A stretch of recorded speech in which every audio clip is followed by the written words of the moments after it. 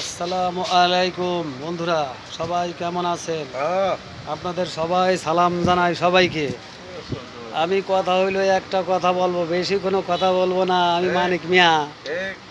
আমারে কি সবাই চেনেন নাকি?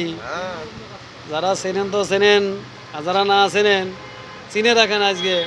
আমার নাম মোহাম্মদ সেই মানিক মিয়া। সাথে আছে আমার শ্রদ্ধা ভাই আমিনুর। তা কথাটা কি বলবো, সারাদিন ভাবতে ভাবতে এই কথাটাই পাইলাম। কথাটা হইল, যদি ভালো লাগে তা লাইক কমেন্ট শেয়ার করবেন, আর যদি ভালো না লাগে তাহলে দরকার নাই। ঠিক আছে, উচিত কথা বাপরও ছাড়ন নাই। আমার বাড়িটা যশোর জেলা, বিভাগ খুলনা, জেলা যশোর, থানা ঝিগরগাছা, পোস্ট অফিস গাছদরগা, আর গ্রাম লক্ষ্মীপুর, আর ব্যবসা করি ঝিগরগাছার বাজারে। কথা হইল, এবার বলি আসল কথায়, ভদ্র লোকের দাম নাই, মানি লোকের মান নাই, সৎ মানুষের ভাত নাই।